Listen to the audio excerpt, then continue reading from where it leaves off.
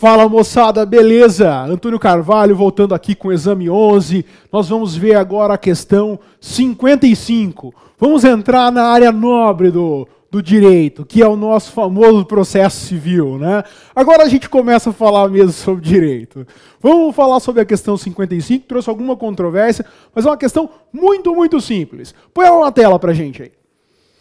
No processo de execução, cabe ao credor instruir a petição inicial com o título extrajudicial, com o demonstrativo do crédito atualizado, comprovando tratar-se de crédito líquido e a prova de que superou a condição ou termo, tornando-o exigível. Moçada, não tem nenhuma pegadinha aqui no enunciado, ele simplesmente fala dos requisitos da ação de execução. Sobre a temática, assinale a afirmativa correta. Alternativa A. Na execução por quantia certa com o devedor solvente, cabe ao executado, grifa o executado, indicar os bens a serem penhorados. Presta atenção aqui, gente. Volta para mim, presta atenção. Olha só, essa aqui é uma pegadinha boba que consta da alternativa A. Porque o examinador quis saber se você conhece o procedimento executivo posterior à Lei 11.382 de 2006 e o anterior a essa modificação. Antes da 11.382, o procedimento executivo inicialmente era o seguinte: o devedor era citado para, no prazo de 24 horas, pagar o credor ou então nomear bens à penhora. Esse era o procedimento básico. A partir da 11.382, não existe mais a fase de nomeação de bens à penhora. O devedor ele é citado para que no prazo de 3 dias pague o credor, ou então no prazo de 15, oponha embargos à execução. Tá certo, gente? Não existe mais nomeação de bens à penhora. Isso quer dizer que não é mais o dever jurídico do devedor, do executado, indicar bens penhoráveis no início do processo. Na verdade, nós vamos ver daqui a pouco que é dever do executado indicar os seus bens penhoráveis desde que ele seja intimado especificamente para isso. Ou seja, o executado deve ser intimado para indicação de bens. Põe aí para a gente, por gentileza, o artigo 652, parágrafo 2º do CPC. Está lá no 652, parágrafo 2º. O credor, ou seja, o exequente, poderá, na inicial da execução, indicar bens a serem penhorados. Artigo 655 do CPC. Presta atenção aqui, volta. Gente, moçada, é simples a questão. O examinador, ele diz primeiro que é dever do executado. Não é dever do executado. O artigo 652, parágrafo 2º, muito embora diga que o exequente poderá indicar bens penhoráveis, a jurisprudência em peso entende atualmente que é ônus processual do exequente a indicação de bens penhoráveis ao executado. E a lógica para isso é bastante simples. A execução, ela corre no interesse do exequente. Decorre exatamente do interesse do exequente em receber o crédito. Então ele deve, em primeiro lugar, buscar quais são os bens penhoráveis do executado. Né? Mudou-se aqui o enfoque. Por que mudou o enfoque? Porque antes a nomeação de bens à penhora simplesmente era um momento que tumultuava o processo. Hoje eu falo o seguinte: exequente, me traz o bem que você quer que eu penhore, que eu vou lá, em atos de subrogação, penhorar o bem do executado. Então a alternativa A, ela está incorreta, porque não é dever do executado, no início do procedimento, indicar bens penhoráveis. É dever, sim, do exequente, é ônus, melhor dizer, não é um dever, é um ônus processual do exequente indicar esses bens.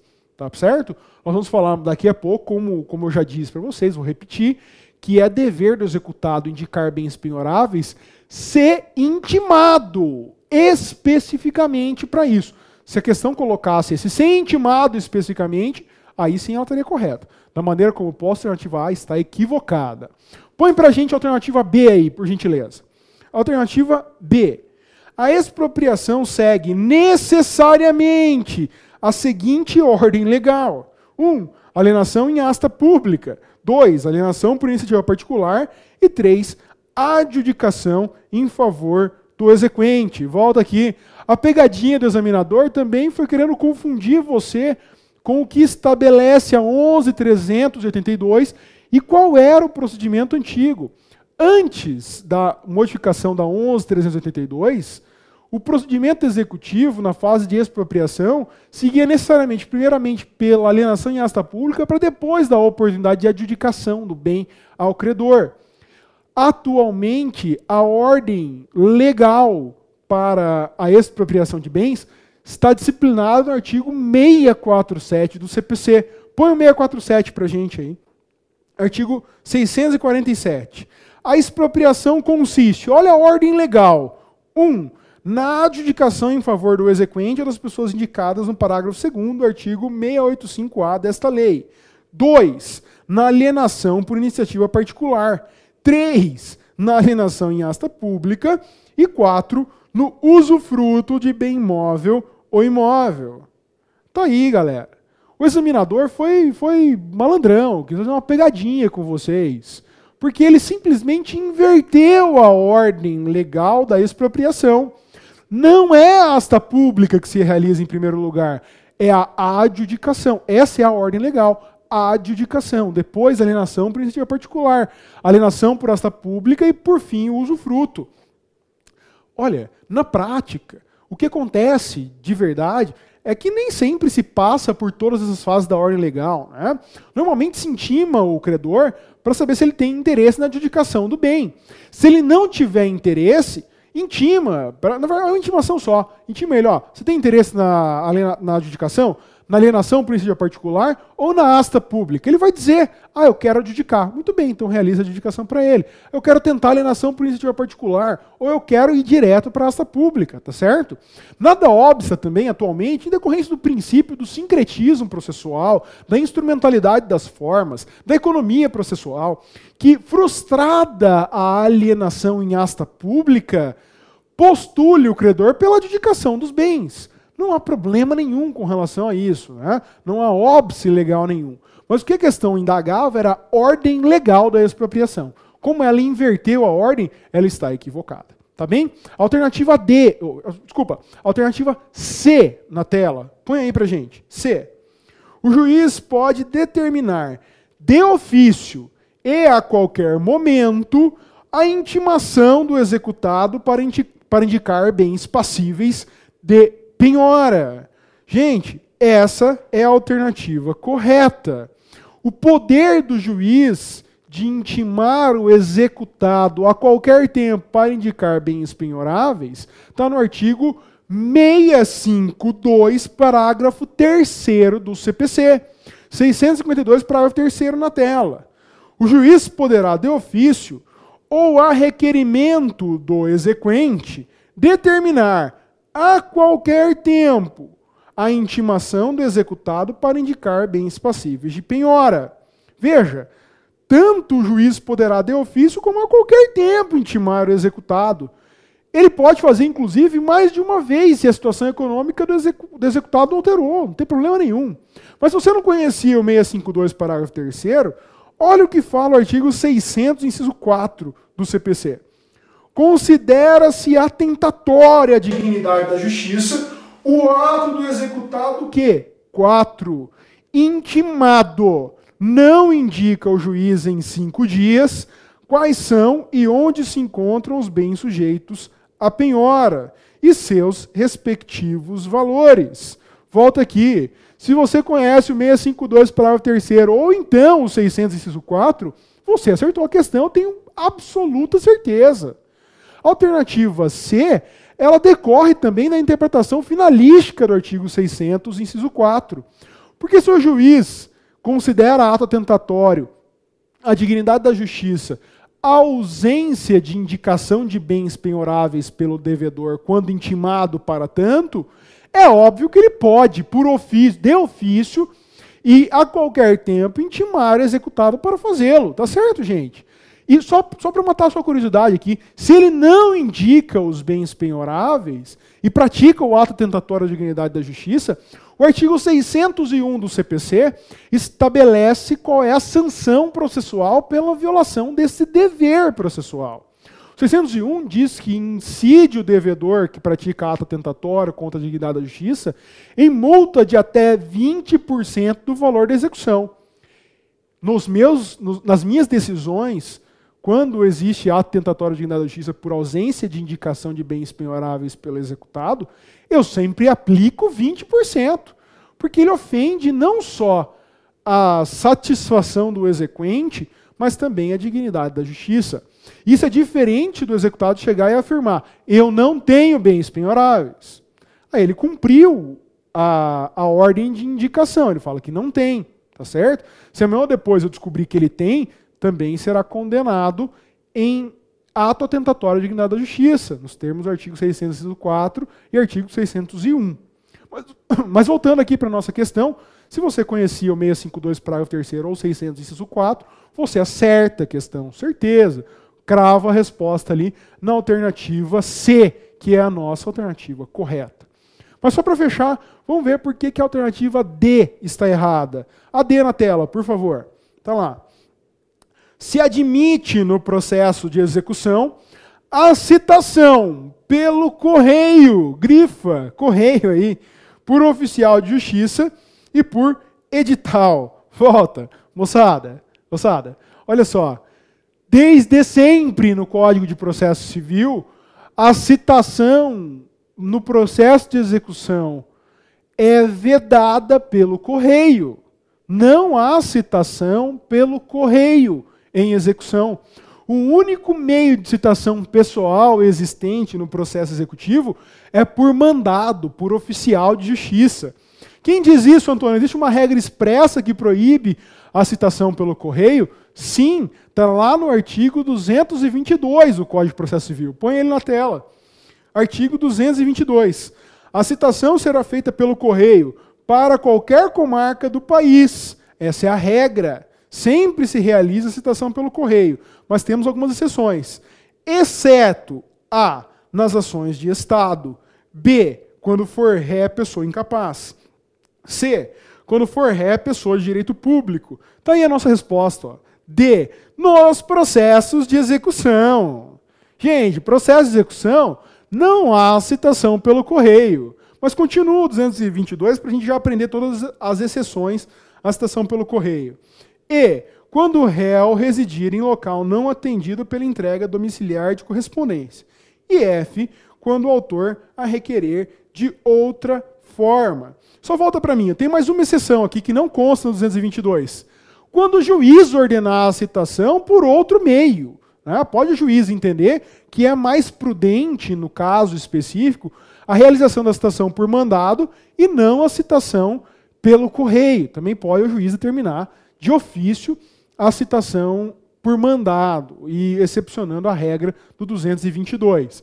Conhecendo o 222, você já via de cara que a alternativa D estava errada. Mas suponha, eu não conheço a alternativa, o artigo 222. Bastaria você conhecer o procedimento executivo. Põe na tela 652, o parágrafo 1º dele, para a gente analisar isso daqui. Olha só, vamos interpretar finalisticamente o 652, hein? O executado será citado para, no prazo de 3 dias, efetuar o pagamento da dívida.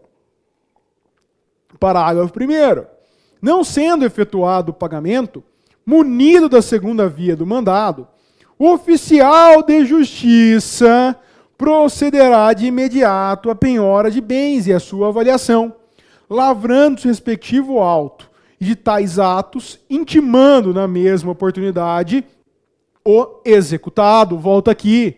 Gente, se o artigo 652, parágrafo 1º, diz que o oficial, munido da segunda via do mandado, vai realizar a penhora, caso não seja realizado o pagamento no prazo de 3 dias, é óbvio, decorre da lógica do sistema, que o ato antecedente realizado pelo oficial com a primeira via do mandado foi a citação.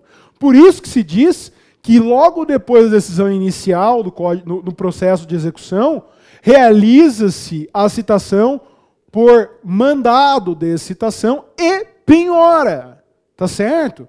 Então vamos entender aqui que decorre da interpretação sistemática do 652, parágrafo 1º, a exceção, a retirada, o impedimento da citação pelo correio em execução, porque a norma especial que rege o procedimento executivo diz que o oficial realizará essa citação nas entrelinhas, nas minúcias do parágrafo 1º. Tá bom? Vamos ver também por que cabe a citação por edital. Põe aí pra gente o artigo 653 e 654 do CPC. 653. O oficial da justiça, não encontrando o devedor, arrestar-lhe-á tanto os bens quanto os bastem para garantir a execução. Parágrafo 1º. Nos 10 dias seguintes à efetivação do arresto, o oficial de justiça procurará o devedor 3 vezes em dias distintos. Não encontrando, certificará o ocorrido. O que o 653 diz é o seguinte: se não encontra o devedor, o oficial vai arrestar os bens, ainda não é penhora, é uma garantia da execução. E realizado o arresto, ele, em 10 dias, deverá procurar 3 vezes o devedor. Para quê? Para citá-lo. E se não encontra para citação, ele vai certificar que procurou e não o encontrou. Olha o que diz o artigo 654 do CPC. Compete ao credor, dentro de 10 dias, contados da data em que foi intimado do arresto, a que se refere o parágrafo único do artigo anterior, requerer a citação por edital do devedor. Fim do prazo do edital, terá o devedor o prazo a que se refere o 652, ou seja, 3 dias para pagamento, convertendo-se o arresto em penhora em caso de não pagamento. Volta para cá. Olha só. O 654 autoriza expressamente a citação por edital, tá certo? Se a AD falasse, ó, se admite no processo de execução a citação por mandado ou por edital, estava certo. Só quero fazer um comentário rápido aqui sobre o 653 e 654. Na prática, não se realiza a citação por edital do devedor do modo estabelecido no 654. Não basta que o oficial, procurando por 3 vezes consecutivas em 10 dias, o devedor e não encontrando, e o requerente e o exequente pedindo a citação por edital, não basta esse requisito para que o juiz defira a citação por edital. Atualmente, a jurisprudência construiu entendimento como requisito da citação por edital, é indispensável a pesquisa prévia do endereço do devedor pelos meios possíveis. Quais são esses meios possíveis atualmente? É pesquisa pelo Infojude, que é a busca de dados da Receita Federal, pelo Bacenjude, base de dados do Banco Central, Renajude, banco de dados do Detran, do Denatran, na verdade, a Justiça Eleitoral e o ofício para as empresas de prestação de serviço em massa. Né? Se realizadas as providências, não se encontra um endereço distinto do devedor, ou então, se encontrado esse endereço, realizada a tentativa de localização para a citação, não encontra o devedor, aí sim está autorizada a citação por edital. Caso contrário, se o juiz defira de plano a citação por edital sem a pesquisa prévia do endereço, certamente em qualquer momento do processo executivo será decretada, mesmo que de ofício, a nulidade da citação. Tá certo? Pelo menos essa é a orientação da jurisprudência majoritária que eu me filio. Okay? A alternativa D está errada porque autoriza ali a citação na execução pelo correio. E não pode. O 222, inciso D do CPC, veda expressamente essa hipótese de citação. Moçada, só recapitulando. Questão 55, a alternativa correta é a C. Muita gente vem dizendo, mas a alternativa A também está certa, porque fala que é dever do executado indicar bens penhoráveis. Já falei sobre isso. Está errado. Não é dever inicial, de ofício, sem intimação específica, que o executado indique bens. O executado deve indicar bens quando intimado para tanto. Tá certo? Quando a gente analisou a alternativa C, vocês viram lá a regrinha do artigo 652 no seu parágrafo 3º, tá ok, gente? Então nós ficamos por aqui agora na questão 55.